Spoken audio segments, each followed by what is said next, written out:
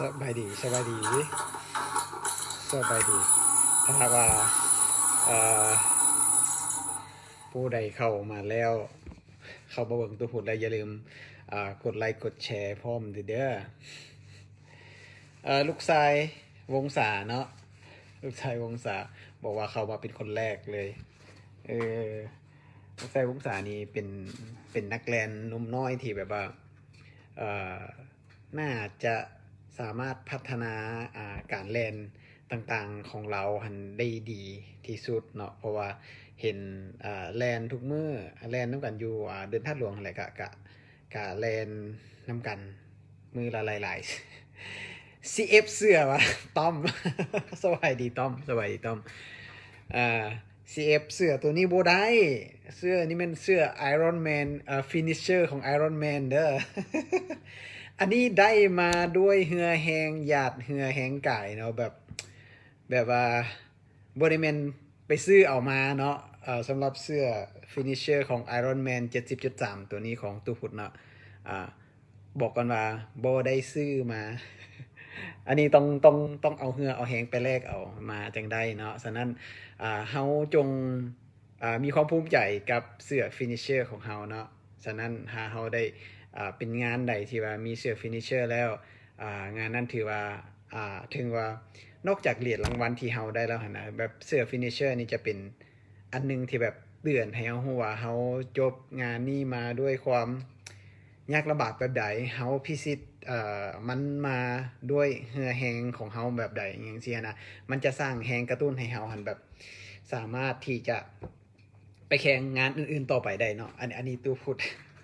อันนี้ตู้พูดอยากจะบอกเนาะสำหรับมื้อนี้เองนี่ก็โอ้สหายวิจัยเนาะบอกว่าขั่วกาแฟฟังตู้พูดฝอยก็ได้เนาะ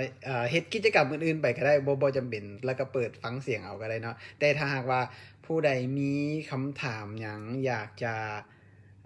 นอกเหนือจากหัวข้อที่ว่าเฮาคิดว่าเฮาสิร่วมกันแล้วนะสามารถพิมพ์ลงในคอมเมนต์ตอนนี้ได้เลยครับถ้าตู้พูดตอบได้ตู้พูดก็สิตอบให้เนาะแล้วถ้าหากว่าตอบบ่ได้ก็เป็นการแลกเปลี่ยนความคิดความเห็นการสนทนากันเนาะระหว่างนักเล่นน้ำกันนักเล่นสมัครเล่นเนาะอันก่อนอื่นต้องบอกว่าจังซั่นก่อนเนาะน้องสุขสาครเนาะสบายดีสบายดีคือกันสบายดีเช่นกันเนาะก่อนอื่นก็ต้องบอกว่ามันหลังจากEP ที่6ที่ว่าเฮาได้ล้มกันไปปูนตั้งแต่ต้นเดือน12หันกะล้มกันเรื่องว่าเฮาสิเตรียมเพราะว่าตอนนั้นหันเพิ่นยังบ่ได้ประกาศให้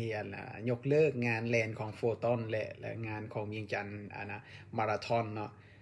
ยังไม่ได้ยกเลิกเทือฉะนั้นตอนเทปEP 6ท่านก็จะเป็นการมาบอกว่าเฮานักเล่นควรจะเตรียมตัวแบบใดควรจะซ้อมแบบใดก่อนที่เฮาจะไปแข่ง2งานนั้นเนาะเพราะว่า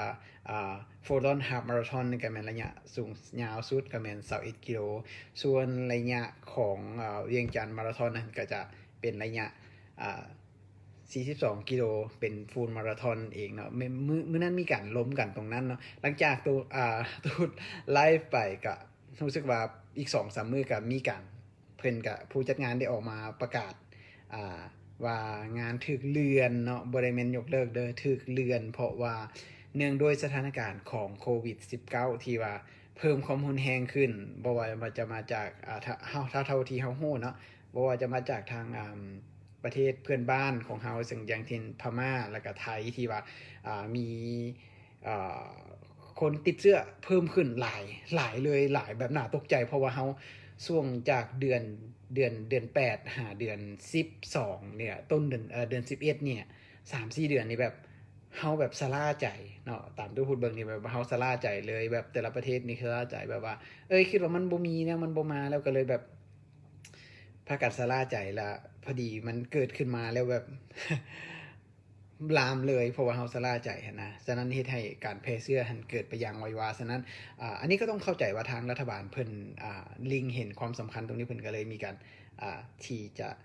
อ่ากำจัดวงแคบเนาะห้ามบ่ให้มีการ ซุ่มนุมกันในจำนวนมวลชนที่เป็นจำนวนหลายอันนี้เพื่ออย่างก็เพื่อตัวท่านเองเนาะเพื่อสุขภาพของท่านเองนะจากนั้นนักเรียนทุกคนก็เข้าใจเนาะเข้าใจแล้วก็ยินดีปฏิบัติตามทิศทางของทางการเพิ่นแจ้งออกมาเนาะตาสวัสดีทุกพูดการเอาเสื้องานแลนเวียงจันทร์มาราธอนแมนรู้สึกว่าผู้ที่เฮ็ดเวียกประจำแมนยุ่งยากหลายเพราะเพิ่นเปิดให้ไปเอาแต่จันทร์หาศุกร์เวลา 9 โมงถึง 17 โมงสำหรับตัวนี้กาน่าเห็นใจเนาะถ้าเพราะว่าทางห้องการของผู้จัดเขาเจ้าก็เฮ็ดเวียกเป็นมือเป็นเว้นคือกันเนาะฉะนั้นก็ควรจะเฮาก็น่าจะสละเวลาสักแวบหนึ่งเนาะออกไปกินข้าวเที่ยงหรือว่าผู้ใดที่เฮ็ดเวียกอยู่บริเวณใกล้ๆที่สำนักงานของเขาเจ้าสามารถให้หมู่ไปเอาให้ได้เนาะแต่ว่าต้องเอาหลักฐานของตัวเองการสมัครนะบอกว่าจะเป็นอีเมล confirmation หรือว่ามีการpayment information ของเฮานะให้เราเนาะพร้อมด้วยเบอร์โทรศัพท์กับอาจจะแสดงบัตรประจำตัวเฮาบ่อย่างแสดงให้เจ้าหน้าที่แล้วเพิ่นก็น่าจะให้มีการเซ็นแทนกันได้เนาะเท่าที่ตู้พุทธไปเอามานี่ก็เห็นว่ามีหลายทานให้โมไปเอาให้กันได้เนาะบ่มีปัญหาแต่ว่าต้องเอาหลักฐานการสมัครไปเอาให้เรียบร้อยเนาะบ่เว้าหลายเดี๋ยวเฮาสิมาเริ่มจากหัวข้อของพวกเฮาเลยนะที่เฮาล้มกันเนาะเพราะว่าหัวข้ออีดเลยเนาะหลายๆคนแบบเฮียงห้องมาเลยก็คือการเขาห้องว่ามีหยังเสื้อฟินิชเชอร์มีความหมายยังไงเนาะอันนี้ตู้พูดขอหวบรวมคำถามมาเป็นคำถามเดียวเพราะว่าหลายๆคนถามเนาะแต่ว่าสุดท้ายก็เกี่ยวไปเกี่ยวมาก็เหมือนเรื่องเสื้อฟินิชเชอร์เนาะเฮาจะเว้าถึงdefinition ของเสื้อฟินิชเชอร์เลยdefinition ของเสื้อฟินิชเชอร์มันอย่างแมนถูกจัดขึ้นเพื่อมอบให้นักกีฬาที่แลนจบตามกำหนดการเนาะเรียนจบตามกำหนดการแต่ก่อนหันจะมีแต่นักกีฬาถ้าเป็นมาราธอนเว้าเรื่องกีฬาแลนเนาะเว้าเรื่องมาราธอนแมนคนที่จบ 42.195 หรือว่าฟูลมาราธอนเท่านั้นจริงจะมีเสื้อฟินิชเชอร์แต่ว่าหลังๆมานี่แบบผู้จัดเขาเจ้าอยากส่งเสริมอยากให้แบบนักกีฬาที่แลนระยะฮาล์ฟมาราธอน21 กิโลเมตรหรือว่างานใดที่ว่ามีเงื่อนไขที่เพิ่นอยากจะมอบเสื้อฟินิชเชอร์ให้กับระยะ21 กิโลเมตรก็มีคือกันเนาะตู้พูดเคยไปแลนหลายๆงานอยู่ทางประเทศเพื่อนบ้านเฮาเนาะโดยเฉพาะก็เป็นประเทศไทยฮันแมนมีหลายๆงาน21 กิโลก็มีเสื้อฟินิชเชอร์คือกันเนาะอันนี้ก็แล้วแต่งานคือกันเนาะฉะนั้นวันนี้เฮามาว่าเสื้อฟินิชเชอร์มีความหมายจังไดเสื้อฟินิชเชอร์แมนคือว่าไว้เบื้องต้นเฉพาะคนที่นักกีฬาที่เฮ็ดจบภารกิจจบตามกำหนดเวลาของงานนั้นเท่านั้นจริงจะได้เสื้อฟินิชเชอร์มาใส่แบบภาคภูมิใจเพราะว่านอกจากเหรียญรางวัลที่เฮาได้จากงานแล้วเนาะเหรียญรางวัลเฮาคือสิบ่แบบเอามาคล้องคอแบบยางโซแบบว่าข่อยเด้อฟินิชเชอร์ระยะฟูลมาราธอนละเด้ออันนี้เป็นไปบ่ได้เนาะบ่มีไผใส่ดอกเนาะทุกคนก็บ่เคยเห็นฉะนั้นสิ่งที่อยากให้นักกีฬาเฮามีความภาคภูมิใจในผลสำเร็จของตัวเองแม่นต้องนี่แหละเสื้อนอกจากจะได้โฆษณาเสื้อของงานแล้วก็ยังจะได้แบบแสดงให้เขาเจ้าเห็นว่าเจ้าเป็นคนที่พิชิตระยะมาราธอนมาแล้วหรือว่าระยะอีหยังต่างๆตัวอย่างคือเสื้อตัวนี้เป็นฟินิชเชอร์ของ Iron Man 70.3 ที่ตู้พูดไปแข่งมาเมื่อปีกายก็เป็นเสื้อฟินิชเชอร์ที่ว่าตู้พูดภาคภูมิใจที่ว่าใส่ยามใดก็ภาคภูมิใจเนาะเฮาเห็นมันเฮาก็แนวว่าโอ้นี่เฮาเฮ็ดสำเร็จมาแล้วสิหั่นนะแบบเฮาผ่านมาแล้วนะเฮาบ่ได้ไปซื้อมาใส่ได้สิหั่นนะเนาะเพราะว่าหยังเพราะว่าเป็นการแสดงให้เห็นว่าเฮาประสบผลสำเร็จกับงานแข่งขันงานนั้นนั่นเองเนาะฉะนั้นเสื้อฟินิชเชอร์นั้นล้วนแล้วแต่มีความหมายทางด้านแบบความรู้สึกของนักกีฬาและก็ทางคนที่ใส่ก็เกิดความภาคภูมิใจเนาะ ต่อเสื้อฟินิชเชอร์ในงานนั้นเพราะว่าเฮาใส่เข้าไปแล้วเฮาก็จะเป็นการแบบล้ำลึกได้ดีถึงเหตุการณ์ของงานแข่งงานนั้น เพราะว่าคือทุกพูดเว้าไปในหลายๆ EP ก่อนหน้านี้เนาะจะเป็นว่างานแลนแต่ละงานหันล้วนแล้วแต่ถ้าที่เคยถามว่าแบบจะนั่นได้บ่แบบมีมักงานแลนใดหลายก็บ่ก็หมู่บ่อันนั้นหันตุคือทุกพูดว่าอะไรวะบอกว่ามันทุกงานหันล้วนแล้วแต่มีเสน่ห์ของมันเนาะบ่ว่าจะเป็นงานน้อยงานใหญ่เนาะงานใดก็คักหมดเนาะสำหรับทุกคนเนาะคาถาบ่ได้ลงแข่งขันเนาะฉะนั้นจะเฮาเสื้อฟินิชเชอร์หรือว่าเสื้อของงานท่านจะเป็นตัวบอกให้เฮาแบบย้ำเตือนให้เฮาว่าเฮาผ่านงานนี้มาแล้วเฮาจะได้คิดกลับคืนว่าช่วงงานนี่เนี่ยแบบเฮาแลนแบบแลนจังไดแบบอ่าแลนจนฮอดกิโลเมตรที่10แบบเริ่มเจ็บบ่หรือว่ากิโลเมตรที่25โอ้ยเริ่มขาปั้นบ่อันนี้มันจะเฮ็ดให้เฮาได้จือจำงานนั้นๆแล้วเฮาจะสามารถแบบนำมาพัฒนาการแลนของพวกเราได้อันนี้เป็นสิ่งที่เสื้อฟินิชเชอร์ควรจะมีเนาะหลายๆคนถามว่ามีที่ผ่านมาเคยมีการขายเสื้อฟินิชเชอร์บ่ตู้ฟุตบอกได้เลยว่าในตู้ฟุตแลนมา5-6 ปีผ่านมาเนี่ยหลายๆบ่ว่าจะเป็นทางบ้านเฮาแล้วก็ทางประเทศเพื่อนบ้านเขาเจ้าจะบ่ขายเสื้อฟินิชเชอร์จักเทื่อแต่เขาเจ้าจะขายเสื้องาน แต่ว่าบ่แม่นเสื้อฟินิชเชอร์เนาะอันนี้ต้องทำความเข้าใจว่าเสื้องานแม่นเฮาลงทะเบียนเฮาจะได้เสื้ออันนั้นแม่นเสื้องานแต่ว่าเสื้อฟินิชเชอร์แม่นเจ้าต้องจบการแข่งขันตรงนั้นก่อนแล้วค่อยได้เสื้อตัวนั้นแล้วเสื้อฟินิชเชอร์จะบ่มีการขายเนาะอันนี้ต้องบอกให้บรรดาท่านรับทราบเนาะว่าเสื้อฟินิชเชอร์หันแม่นหยังนั่นเองเนาะและก็เฮาจะบ่เว้าหลายแล้วเรื่องเสื้อฟินิชเชอร์เนาะบัดนี้คำถามที่2ที่ถามกันมาหลายๆเลยเนาะสำหรับคนที่แบบเริ่มจะท้อแล้วพอแบบช่วงเดือน11นะเพราะว่าช่วงเดือน11ที่ว่าหลังจากที่มีการประกาศแข่ง2รายการในเดือน12เนาะเฮาแบบซ้อมเต็มที่แบบร่างกายเฮาแบบฟิตเต็มที่นะค่อยสิไปพิชิตทั้ง2รายการนี้ให้ได้ค่อยต้องไปญาติเอาขันรางวัลให้ได้ค่อยต้องไปอยู่ชนะรางวัลอัน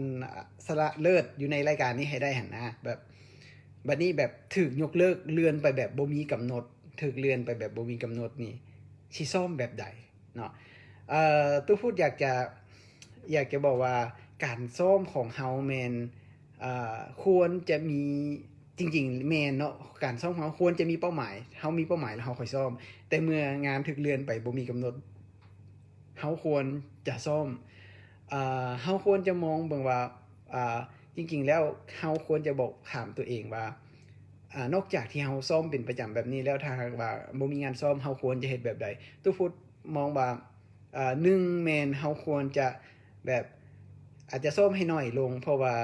งานยังบ่ได้ประกาศให้แข่งขันเนาะแน่นอนถ้าหากว่าเพิ่นมีมื้อวันที่ที่ได้รับการอนุญาตจากทางการเรียบร้อยว่าแบบ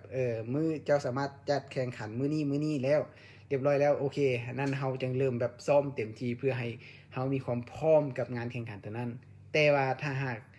บ่มีการแข่งขันแล้วเฮาจะแบ่งซ้อมแบบใดตู้พูดจะแบ่งซ้อมแบบง่ายๆเลยก็คือในอาทิตย์หนึ่งมี7มื้อก็จะพยายามออกไปแลนให้ได้5มื้อต่ออาทิตย์นะก็จะมีน้อยมีหลายสลับกันไปถ้าผู้ใดที่แบบติดเป็นหมู่ทาง Facebook กับตู้พุทธอยู่ในFacebook ส่วนตัวจะเห็นว่าตู้พุทธจะแลนบางทีก็บางมื้อก็แล่น5บางมื้อก็แล่น10แล่น5แล่น10บางมื้อก็แล่น6บางมื้อก็แล่น7ก็จะแล่นสลับแบบมื้อแล่นไวมื้อแล่นช้าเพราะว่าอยากให้เฮาแบบยังคีปเขาว่ายังรักษาพัฒนาการของการแล่นของเฮาอยู่บ่แม่นว่าปล่อยไปเลยบ่มีงานแข่งแล้วปล่อยไปแบบบ่ซ้อมเลยถ้าหากว่าเฮ็ดแบบนั้นหั่นเฮาปะไปโดนให้จะเฮ็ดให้ร่างกายเฮาแบบปรับตัวในการแล่นให้มันบ่ค่อยจะเต็มที่ฉะนั้นก็คืออยากจะแนะนำว่าต้องสมควรที่จะต้องแบบซ้อมแบบสม่ำเสมอไปก่อนเนาะสม่ำเสมอไปก่อนอาจจะซ้อมให้น้อยลงระยะทางอาจจะสั้นลงแต่ว่า ควรมีความสม่ำเสมอควรมีความสม่ำเสมอเนาะแล้วก็บ่ควรปล่อยตัวไปกับอย่างก็เขาว่าคือเราบางทีมันเป็นนิสัยของแบบหลายๆคนแบบบ่มีงานแข่งแล้วก็สบายแบบซ้อมแบบป๊บๆแปะๆบางๆอีหยังไปจังซี่นั่นจะเฮ็ดให้เฮาแบบเขาเฮาว่าความพร้อมของร่างกายเฮามันจะลดน้อยลงแต่หากว่าแบบปุ๊บปั๊บเพิ่นประกาศบอกว่าวันจันทร์ที่หน้านี้เด้อสามารถแข่งขันได้เลยสิเฮาจะบ่พร้อมทันทีฉะนั้นทุกคนแนะนำว่าเฮาควรจะมีการซ้อมอย่างสม่ำเสมอบ่แม่นว่ามีงานแข่งแล้วค่อยซ้อมอันนั้นบ่แม่น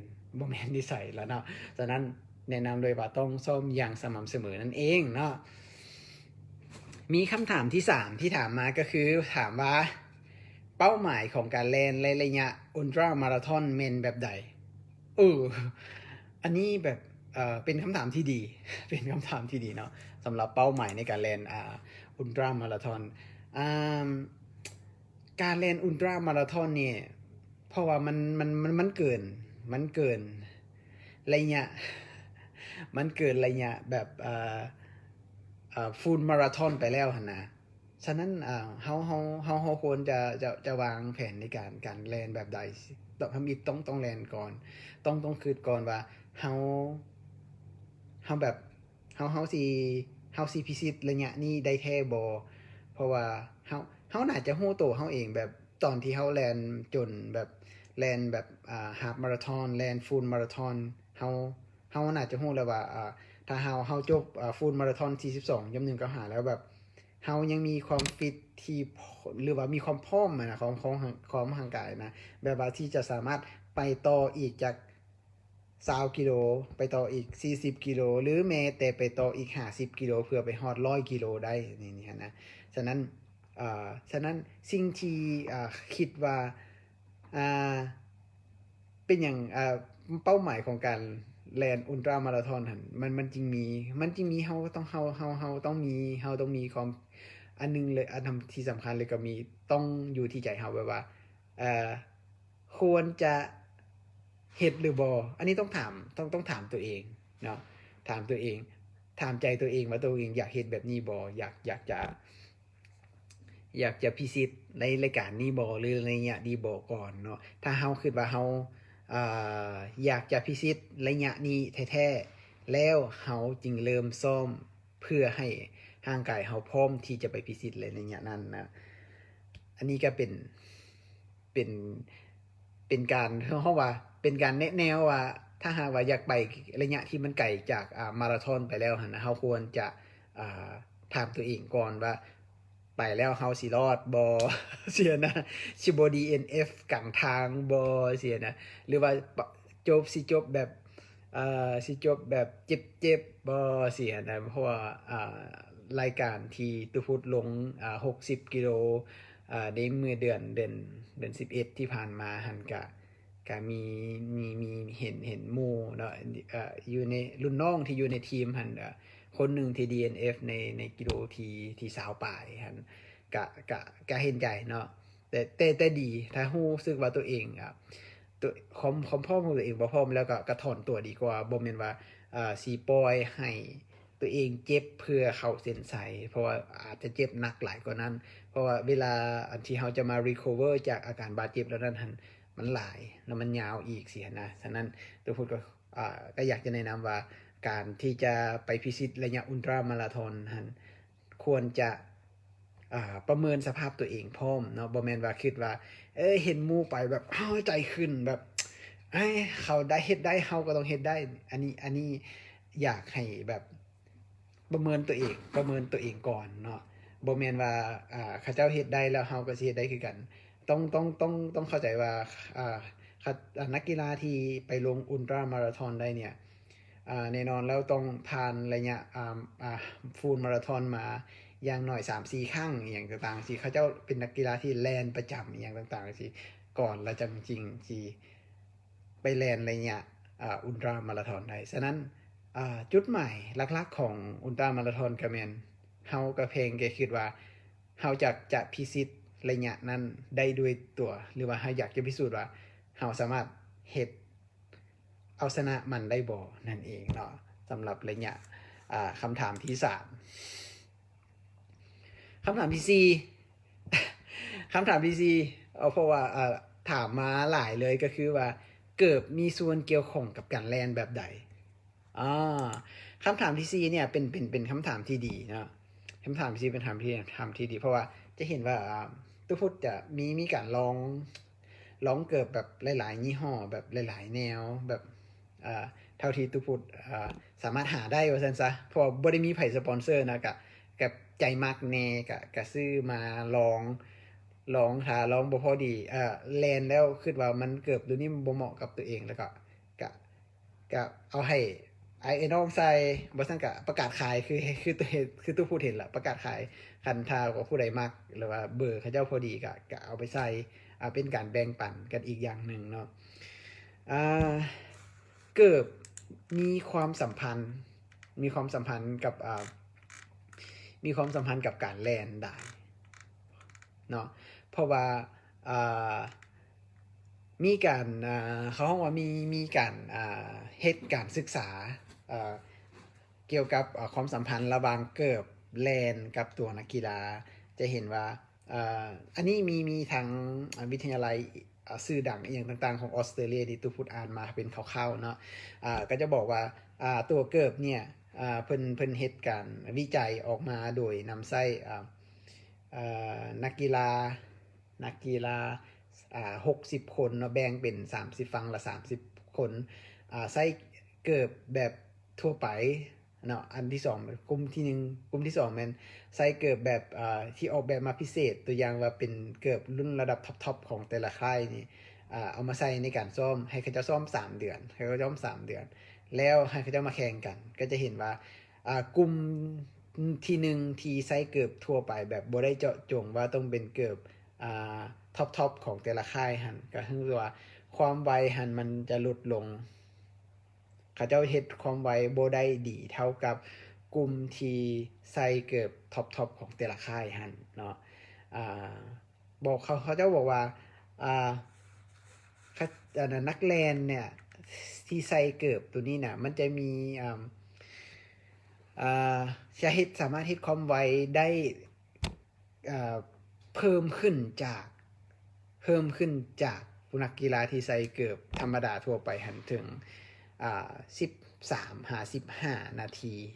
เนาะสำหรับการแล่นในระยะฟูลมาราธอนนั่นเองฉะนั้นเฮาจึงเห็นว่าค่ายผลิตเกิบแต่ละค่ายล้วนแล้วแต่งัดกลยุทธ์งัดผลิตภัณฑ์ของตนเองมาให้ดีที่สุดโดยเพิ่งเฮาจะเห็นว่าตอนที่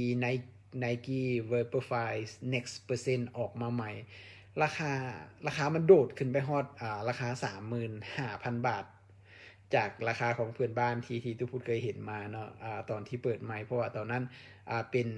ในช่วงที่มันพีคที่สุดคิดว่าพีคสุดๆของกีฬาแล่นมาราธอนทั่วโลกเลยที่เห็นอิเลียดคิปซูเกะที่เราแลนอยู่ในโปรเจกต์NN Running Team ของเขาเจ้าหันนะที่แลนจบมาราธอน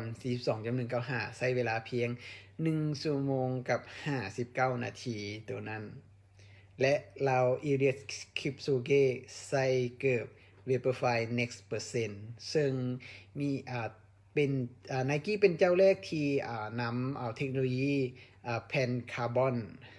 เพลทตัวนั้นหันมาใส่อยู่ในเกิบตัวนี้เพื่อช่วยให้เขาเรียกว่าช่วยให้เกิบหันมีความ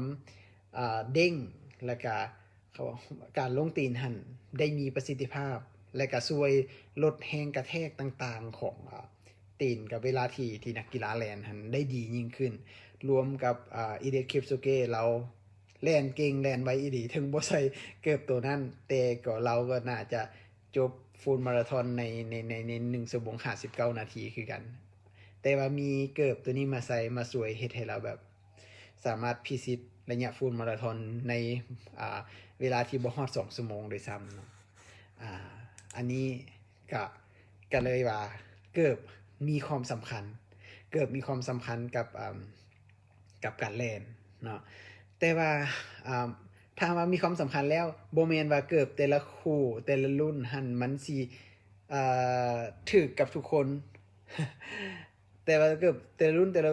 แบบหันมันจะ บ่ได้ถือกับทุกคนเสมอไปเพราะว่าตีนของแต่ละคนมันบ่คือกันอาจจะรูปทรงของตีนแต่ว่าแม่นอยู่ว่าแบบโดยธรรมชาติแล้วรูปทรงของตีนก็จะแบบเป็นประมาณนี้แต่ว่าบางคนก็จะมีแบบตัวตีนเหวอบส้นตีนน้อยบปลายตีนแบออกบออย่างต่างๆนี่สิ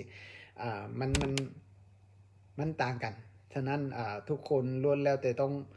ถ้าจะซื้อเกิบดีๆสักคู่หนึ่งต้องศึกษาดีๆเนาะถ้าอยากจะซื้อเกิบดีๆมาเป็นแบบแลนไว้แข่งไว้ซ้อมประจำไว้แลนซ่าไว้แลนไว้ หรือแม้แต่เวลาเราไปแลนปลาหรือว่าไปใส่เกลือไปย่างปลาอย่างเนี้ยอยากจะให้แบบศึกษาดีๆศึกษาดีๆก่อนเนาะว่าตีนเฮาเหมาะกับเกลือประเภทใดเนาะทางที่ดีถ้าเป็นไปได้แนะนำให้ไปห้านแล้วไปลองสุปเนาะไปลองสุปถ้าหากว่าทางห้านมีไปลองสุปใส่ขอเขาเจ้าให้ใส่อยู่หรอกเขาเจ้าให้ลองอยู่หรอกไปลองใส่เบิ่งว่ามันแล้วก็ลองย่างๆเบิ่งอยู่ในห้านเลยแต่บ่แม่นแล่นหนีออกจากห้านเลยเด้อเดี๋ยวเขาสิไล่ ไปลองเบิ่งก่อนว่ามันพอดีบ่ถือกับตีนถ้าบ่ใส่แล้วบ่เจ็บใส่แล้วบ่รู้สึกอึดอัดส่วนใดส่วนหนึ่งของตีนบ่อหยังซี้นะบ่ถึงว่าบ่แม่นแบบ100%ที่แบบมันสิพอดีเป๊ะกับตีนเฮาแต่ว่าสิ่งที่คิดว่ามันเจ็บน้อยที่สุดก็คือมันถือกับตีนเฮาที่สุดเกือบคุณนั้นจะเป็นเกือบที่ดีนะและในนั้นอีกอันนึงถ้าหากว่าแบบบ่แน่ใจแต่ว่าอยากซื้อมาลองใส่ไปห้างขายเกือบมือสองไปห้างขายเกือบมือสองนี้ได้เลยเพราะว่ามันจะมีอยู่บ้านเฮาก็เห็นรู้สึกว่ามีห้างขายเกือบมือสอง3-4ห้างแบบใหญ่ๆเลยเขาจะมีเกือบมือสองรุ่นท็อปรุ่นห้องท็อปรุ่นธรรมดารุ่นทั่วไปอย่างต่างเขาจะมีเมิดเฮาไปซื้อเกือบมือสองนี่มาลองก่อนก็ได้เพราะว่าราคามันก็ย่อมเยาราคามันเฮามาสามารถใส่ได้เอามาใส่ซ่อมใส่แลนใส่ซ่อมใส่แลนตู้พุทธก็ไปซื้อเกือบมือสองมาใส่หลายคู่เติบเนาะกะซื้อมาซ่อมใส่แบบเฮาจะได้ฮู้ว่าคันเฮาอยากจะซื้อตัวที่มันดีแท้ๆนะเฮาก็สามารถซื้อได้หลังจากที่ว่าเฮาใส่ไปแล้วแบบเฮาฮู้แล้วว่ามันเหมาะกับตีนเฮาอย่างซั่นซี่นะเพราะว่าแม่นอยู่ว่าขนาดเบอร์ของแต่ละเกือบแต่ละไส้หันมันค่อนข้างว่าแบบเป๊ะตามนั่นแต่ว่าแต่ละรุ่นแต่ละยี่ห้อมันพัดต่างกันความหนาความกว้างความอีหยังเทคโนโลยีต่างๆที่มันมีอยู่ในเกือบแต่ละรุ่นหันเขาเจ้าเฮ็ดต่างกันฉะนั้นทางที่ดีคือต้องได้ไปลองสุกบังกรเนาะจังสิเฮาวิจัยถามมาว่าบ่ใส่เกือบกะคักเด้อหรือใส่เกือบแตะแลน อันนี้ก็เห็นดีเนาะบ่ใส่เกือบกะคักเนาะประหยัดเงินไปได้หลายเป็นล้านเลยได้คันสิซื้อตัวแพงๆเนี่ยก็เห็นอยู่ว่าแบบมีอยู่บ้านเฮามี 2-3 คนเนาะแบบอยากจะลองแบบ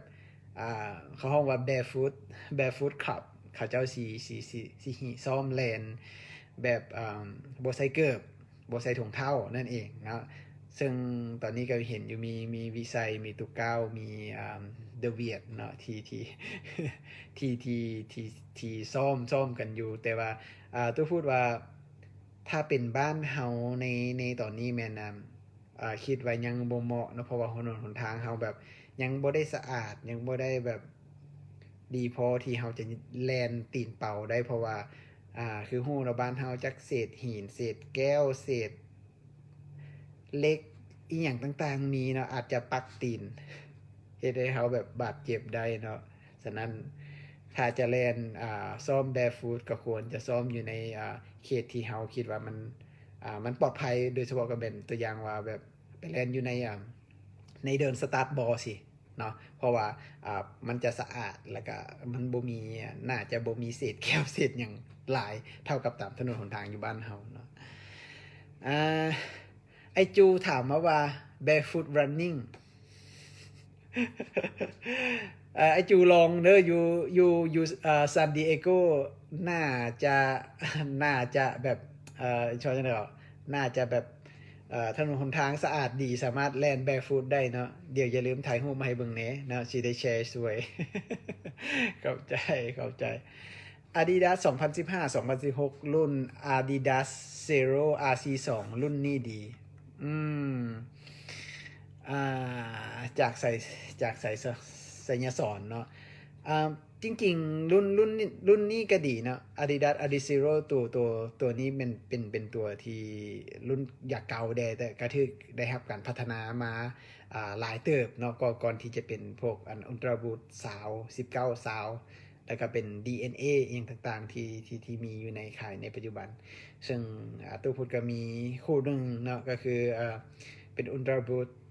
สาวอุลตราบูท20แล้วก็เป็น DNA ของสิงคโปร์ซึ่งตัวพุทธถ่ายอันบ็อกซิ่งไว้แล้วแหละแต่ว่ามันยังไม่มีเวลาเห็นรวมถึงเอาไปแลนระยะฮาล์ฟมาราธอน21กิโลแล้วแต่กะถ่ายวิดีโอไว้แล้วแหละแต่ยังไม่มีเวลาตัดต่อเถื่อไวๆนี่แหละสิเห็ดออกมาเนาะวิดีโอมีแต่ถ่ายมาแล้วก็ดองไว้เรายังบ่ค่อยมีเวลาเห็ดออกมาให้แบบหลายๆคนได้เบิ่งนำกันอยู่เนาะตุก้าวบอกว่าแมนแล้วบาดหลายเทือแล้ว ตุก้าวบอกว่าบาดหลายเทือฉะนั้นตุก้าวต้องระวังเนาะตุก้าวต้องระวังเด้อแลนอยู่ในแดนอยู่ในเดินสตาร์ทเอาเนาะสวัยตุพูดเสือหลุดได้บ่เป้าหน้าแหลม เสื้ออันใดตู้พูดบ่ได้ขายเสื้อมาเว้ามาเล่าให้กันฟังซื่อๆว่าเสื้อน่ะเสื้อมันมีความเป็นมาจังไดเนาะเสื้อฟินิชเชอร์เฮาควรมีความภาคภูมิใจจังไดที่เฮาจะมีมันสิหั่นนะเอาละเดี๋ยวฝอยหลายเนาะไปคำถามที่4คำถามที่5แล้วเนาะวันนี้เนาะการจัดงานเทรลการจัดแข่งขันงานเทรลอยู่บ้านเฮายังบ่มีการจัดงานเทรลเนาะในปี2020และ2021นี่ก็ยังเงียบอยู่มันจะมีงานแข่งขันแลนเทรลเป็นวังเวียงเทรลวังเวียงเทรลหลวงพระบางเทรลแล้วก็บริเวณเทรลซึ่งแม่นจัดโดยGreen Discovery ร่วมกับทีละก้าวของไทยเนาะเป็นคนจัดขึ้นอยู่บ้านเฮาซึ่งจัดในปี2018กับ2019เนาะซึ่ง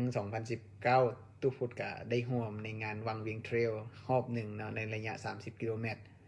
แต่ว่าปี2020ก็เพิ่นก็คาดว่าสิจัดแต่ว่าถูกโควิดกระทบก็เลยเลื่อนซึ่งตู้พุทธก็สมัครร่วมงานไปแล้วแหละแต่ว่าก็ถูกเลื่อนเนาะถูกเลื่อนไปหมดก็เข้าใจฉะนั้นผู้ที่จัดงานเทรลอยู่ลาวก็เลยบ่มีนะซึ่งก็มีหลายคนแนะนำว่าเป็นอย่างเทรลลาว เพราะว่ามันมีกลุ่มเทรลลาวที่ทุกคนก็เป็นสมาชิกอยู่หันเนาะก็มีการถามว่าเป็นอย่างเทรลลาวคือบ่จัดแน่จัดเองได้บ่สิจัดเองได้บ่หั่นนะแบบอยู่อยากให้จัดอยู่แบบภูเขาควายบ่อยู่อีหยังสิการที่จะจัดเทรลการแข่งขันงานเทรลได้เนี่ยมันค่อนข้างว่ายากและก็ค่อนข้างว่าท้าทายเนาะสำหรับผู้จัดที่อยู่ในลาวเพราะว่า1ก็แม่นต้องคำนึงถึงความสำคัญก็คือความปลอดภัยของตัวนักกีฬา2ก็แม่นเส้นทางจะต้องสมเหตุสมผลเนาะต่างๆรวมถึงความพร้อมในการที่จะรับผิดชอบต่อมันตัวนักกีฬาเองต่างๆเนี่ยแล้วก็สถานที่เนาะแล้วก็สถานที่พร้อมซึ่งถ้าหากว่าอยู่ในบริเวณที่ใกล้นครหลวงนี่ก็ยังใกล้สุดเส้นทางเทรลที่เฮาไปประจำก็แม่นเขตของภูพนังหลังจากที่เฮาทางที่จะออกไปทางเมืองสังทองนี่ก็เป็นเส้นทางเทรลที่ดีเนาะตู้พูดไปร่วมทริปหลายๆครั้งกับเทรลลาวเนาะไปร่วมในการศึกษามีระยะฮอดจนฮอด21กิโลได้เคยไปฮอด21กิโลนอกจากขึ้นไปภูพนังแล้วไปมันจะมีหลายเส้นทางเนาะออกจากวัดธรรมคอกมาบ่ขึ้นไปทางภูพนังแล้วก็ลงกลับคืนมาตัวนี้ก็ประมาณ20กว่ากิโลตัวนี้ก็เป็นเส้นทางที่ดีถ้าหากว่ามีคนจัดได้ก็น่าจะมีการจัดอัปเดตอีกน้อยหนึ่งเนาะเกี่ยวกับการงานแลนด์เทรล ช่วงท้ายปีที่ผ่านมาเนาะทุกคนมีการอ่ามีการทาบทามมีการล้มกันเนาะมีการล้มกันระหว่างผู้จัดซึ่งเป็นผู้จัดที่จะจัดงานโฟตอนมาราธอนนี่แหละก็มีการมาล้มกันว่าสิมีการจัดแลนเทรลอยู่เขตภูพนังเนาะซึ่งอาจจะเป็นระยะสั้นเนาะอาจจะมีระยะสั้น7กิโลเมตรและระยะ15กิโลเมตรอาจจะบ่ฮอด20กิโลเมตรก็มีการล้มกันไปน้อยหนึ่งเนาะว่าเพิ่นอยากจะจัดก็น่าจะเป็นแบบน่าจะเป็นโอกาสอันนึงที่ดีที่ว่าแบบถ้าหากว่าเพิ่นสามารถจัดได้นี่เนาะนักกีฬาแลนเทรล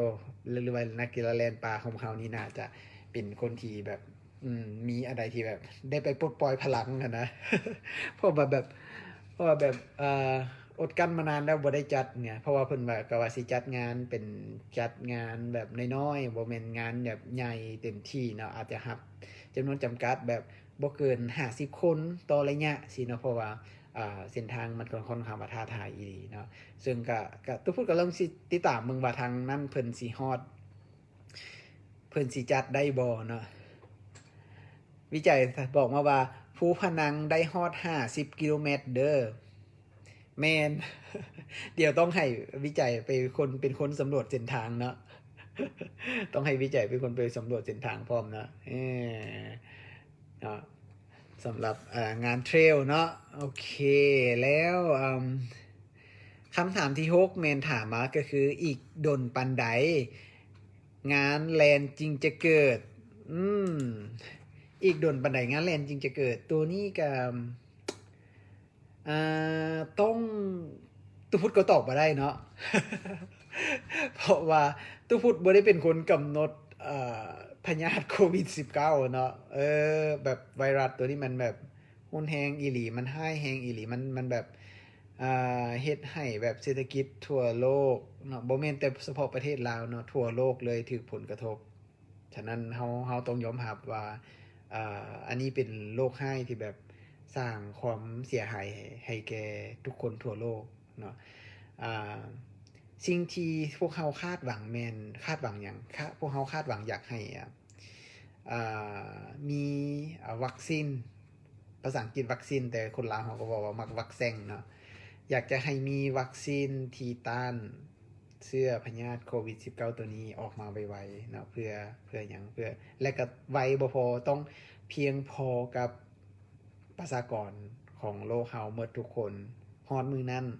ทุกอย่างน่าจะกลับคืนเข้ามาสู่ปกติเนาะแล้วบัดนั้นทางผู้จัดน่าจะจัดงานแข่งขันได้แบบปกติแบบบ่ต้องยานเรื่องโรคโควิด19แต่อย่าลืมว่าถ้าหากว่าเฮาติดตามข่าวเนาะหลายๆคนเนี่ยจะรู้ว่าคือโควิด19มีการกลายพันธุ์เป็น2สายพันธุ์3สายพันธุ์เนาะเท่าที่ทุกคนติดตามข่าวมาบ่ฮู้ว่าวัคซีนที่ออกมาที่เฮ็ดออกมานี่มันสามารถมาแก้ไอ้ตัว2สายพันธุ์3สายพันธุ์ที่เกิดมาใหม่นี้ได้บ่อันนี้ก็ต้องเป็นปัญหาที่เราควรจะติดตามต่อไปตอนนี้ก็เห็นว่าหลายๆประเทศแบบเริ่มได้รับวัคซีนแล้วก็ได้เริ่มซักให้แก่ประชาชนอยู่ในประเทศของเขาเจ้าเป็นที่เรียบร้อยแล้วแต่ว่าประเทศลาวหันถือว่ายังบ่มีเทื่อเด้อฉะนั้นงาน งานแลน2งานที่เลือนมาบ่ว่าจะเป็นงานโฟตอนมาราธอนฮาล์ฟมาราธอนและงานเวียงจันทน์มาราธอนจะต้องเกิดมื้อใดหั่นแม่นยังตอบบ่ได้เทื่อเนาะต้องติดตามจากทางผู้จัดเนาะซึ่งทุกพุทธก็ได้ลมทางผู้จัดมาสำหรับงานโฟตอนแมนอันนี้เป็นสนิกพิกแล้วกันเนาะมีการหารือกันเนาะเขาเจ้าก็มาหารือตุพูดว่าเฮาควรจะเฮ็ดแบบนี้จะดีบ่เพื่อหนึ่งเพื่ออย่างเพื่อบ่อยากให้งานแบบมันซบเซาไปแบบงานมันถูกเลือนหายไปจากความสนใจของนักแล่นเพราะว่าในงานของโฟตอนฮาล์ฟมาราธอนมีคนลงทะเบียนทั้งหมดเนาะบ่ว่าจะเป็นระยะ5กิโล10กิโลแล้วก็21กิโลหั่นรวมเกือบ 4,000 คนเนาะเกือบ 4,000 คนนี่มันหลายได้มันบ่ได้มันน้อยเนาะเขาเจ้าก็อยากจะเฮ็ดงานให้มันจบฉะนั้นเขาเจ้าก็ อาจจะมีมาตรการอันใดอันหนึ่งที่เฮ็ดออกมาไวๆนี่เนาะตุพูดขออุบไปก่อนแล้วกันแต่ว่าเขาเจ้าบอกว่าสิมีการประกาศว่างานโฟตอนฮาล์ฟมาราธอนสิมีการจัดการอย่างไรเนาะเขาเจ้าอยากจะให้มันเกิดว่าซั่นซะแต่อาจจะเกิดแบบใดนั้นเดียวต้องติดตามเนาะต้องติดตามนี่ตุพูดบอกกันแล้วกันส่วนงานเวียงจันทร์มาราธอนเนี่ยเท่าที่ตุพูดได้ลมกับทางคาร์โรเนาะเราก็ให้เหตุผลมาคือกันแน่เพราะว่าก็แล้วแต่ว่าทางการเพิ่นสามารถอนุมัติให้จัดงานได้ในช่วงใดเพิ่นก็สิจัดให้แบบไวที่สุดตามกำหนดหรือว่าตามการแจ้งการของทางทางการที่เพิ่นอนุมัติว่าซั่นซะส่วนว่าสิเกิดเมื่อใดนั้นเฮาก็ต้องได้ติดตามในกันเนาะเพราะว่าก่อนที่จะสิ้นปีเนี่ยทางเพิ่นก็ได้ประกาศให้ทางนักกีฬาที่ได้ลงทะเบียนนั้นไปรับเอาเสื้อกับถุงแลนเนาะเสื้อของว่า red kit ของงานมาแล้วตู้พุทธก็ไปเอามาแล้วเนาะสิ่งที่ยังเหลือก็แม่นยังเหลือเบอร์แลนเพราะว่าเบอร์แลนจะมีชิปเนาะจะมีชิปอยู่นั่นเขาเจ้าจะยังบ่ให้เทื่อถ้าหากว่ามื้อใดที่เพิ่นจัดงานแลนอย่างเป็นทางการแล้วเพิ่นจะเอาเบอร์เข้ามาบีบตัวนั้นที่มีชิปนั้นให้นักกีฬาเพราะว่าบีบตัวนี้มันสำคัญสั่งผลิตแล้วต้องแล้วก็ผลิตเลยเพราะว่าข้อมูลต่างๆของนักกีฬาคนนั้นอย่างชื่อที่อยู่นามสกุลโหมดเลือดแม่นอีหยังแลนระยะเท่าใดต่างๆมันจะอยู่ในบีบตัวนั้นทั้งหมดฉะนั้นเพิ่นก็เลยต้องเก็บไว้ก่อนเนาะเพราะว่าตัวนี้ถ้าหากว่าแข่งแท้แล้วจังเอาบีบตัวนี้ให้เอาไปแลนแล้วจะมีการเรคคอร์ดอย่างต่างๆการแข่งขันที่จริงจะสมบูรณ์แบบนั่นเองเนาะฉะนั้นที่ตามต่อไปเนาะว่างานแลนจะเกิดมื้อใดอันนี้ ก็สรุปก็คือยังตอบบ่ได้เทื่อเนาะจนกว่าเฮาสิมีวัคซีนออกมาเนาะไปคำถามที่7เนาะเป้าหมายในการแลนในปี2021เป้าหมายการแลนในปี2021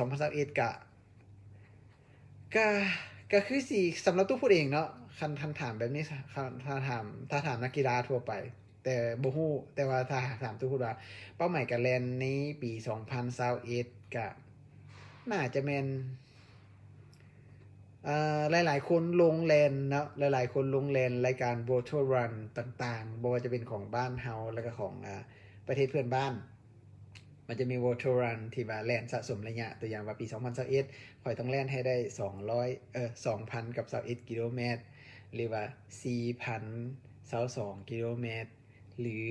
6,662 กิโลเมตร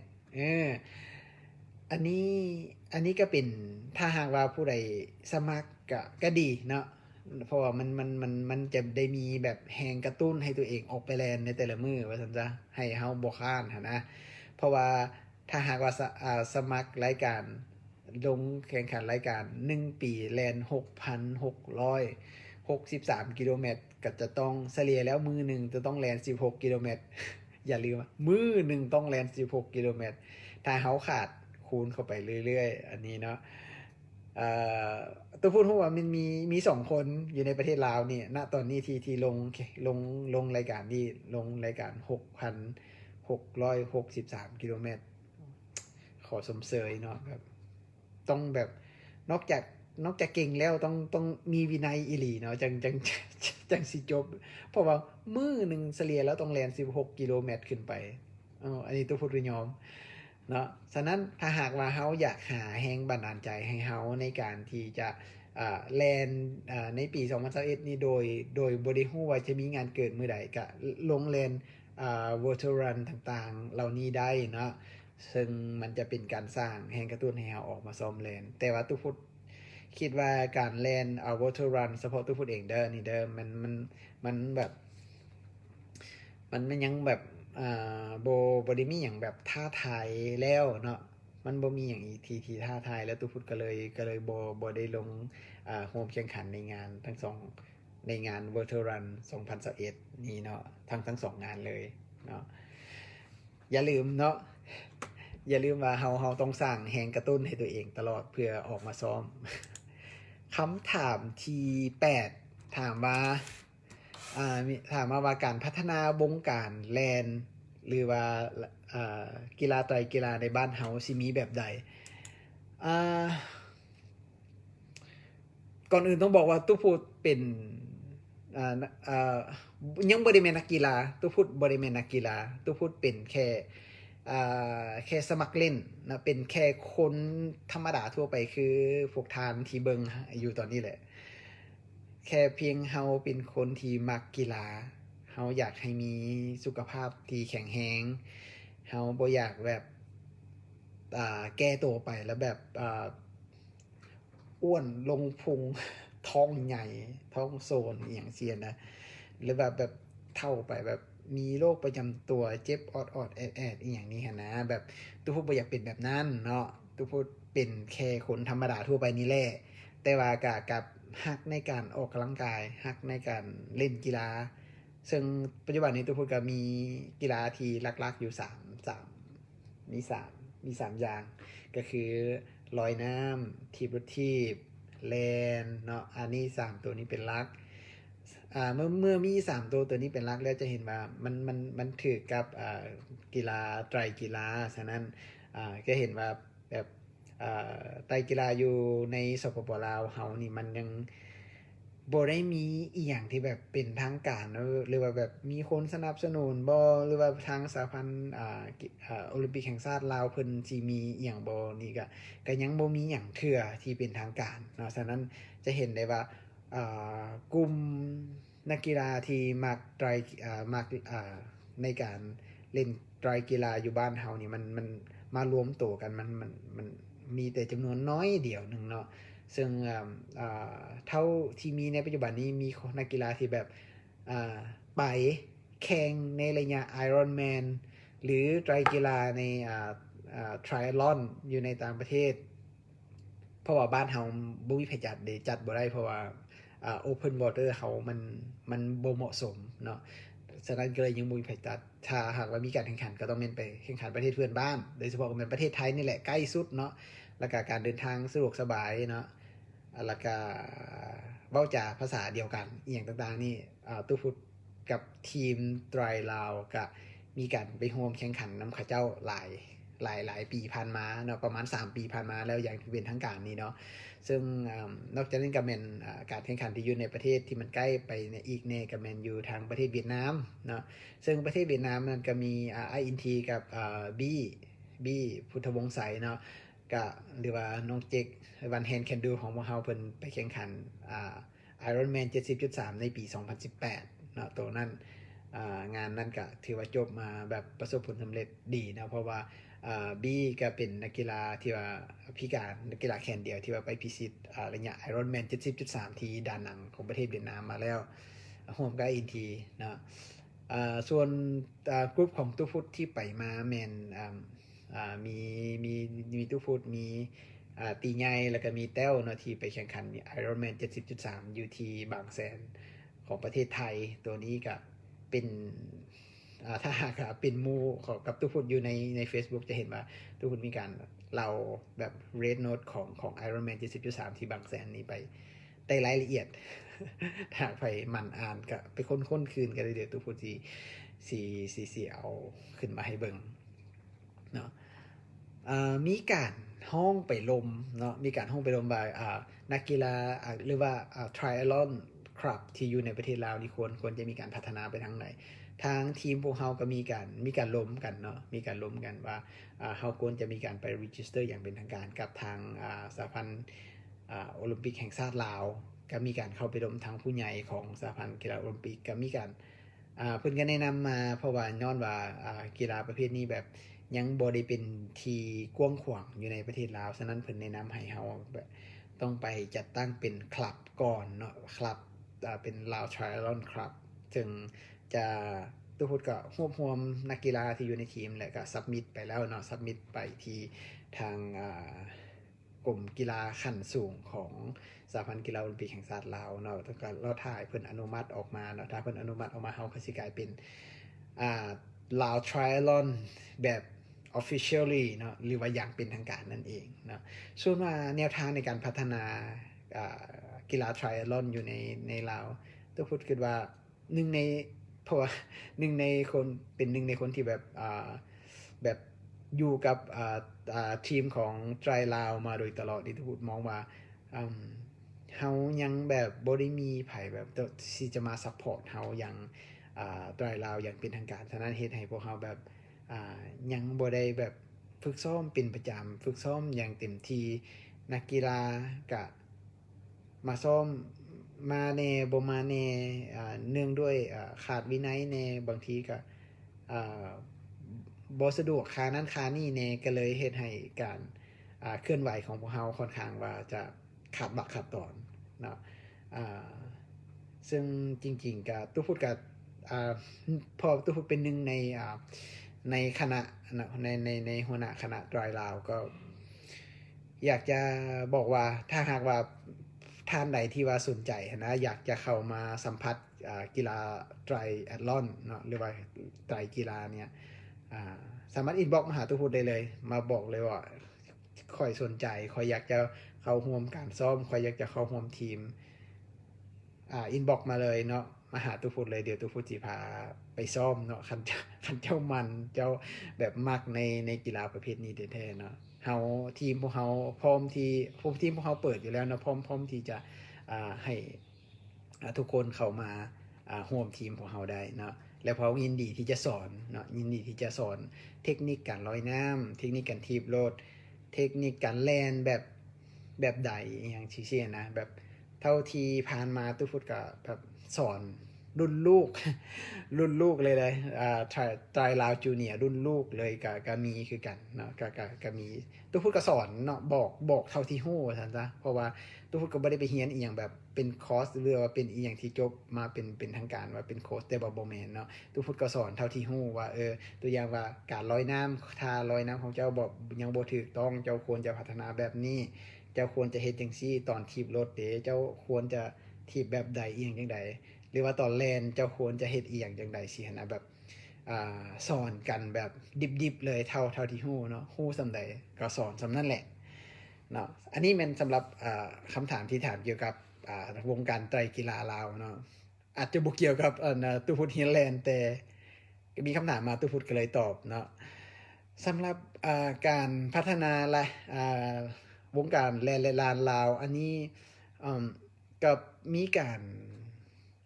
ตู้ฟุตได้ไปล้มกับทางสหพันธ์แลนด์ลานลาวมาเพิ่นก็มีการพูดว่ามีการพัฒนาแน่นอนเพราะว่ากีฬาประเภทนี้ถูกบรรจุอยู่ในกีฬาขั้นสูงของสหพันธ์โอลิมปิกแห่งชาติลาวแล้วเพิ่นมีการพัฒนาและมีการส่งเสริมนักกีฬาที่มีพรสวรรค์นักกีฬาที่มีแววแนวโน้มที่สามารถพัฒนาให้นักกีฬาคนนั้นกลายเป็นนักกีฬาแบบติดทีมชาติได้ในอนาคตต่างๆนี่เนาะเพิ่นยินดีต้อนรับเนาะซึ่งปัจจุบันนี้ก็มีหลายๆทีมหลายๆน้องที่แบบอยู่ในทีมชาติลาวที่เพิ่นคัดออกมาเนาะนอกจากนั้นนอกจากว่าจะเป็นนักกีฬาที่สมัครเล่นแล่นสังกัดอยู่ในทีมที่บ่เป็นทางการอย่างต่างๆนี่เนาะก็เห็นได้ว่าทาง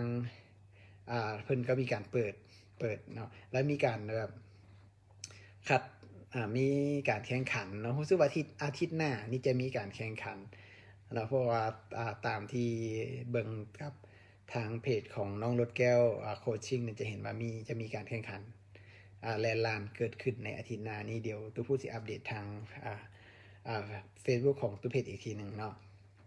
อย่าลืมติดตามเนาะว่าเพิ่นมีการส่งเสริมหรือการพัฒนาวงการกีฬาแลนลานเราแบบใดเนาะโอเคเดี๋ยวเฮาสิไปข้อที่9เนาะ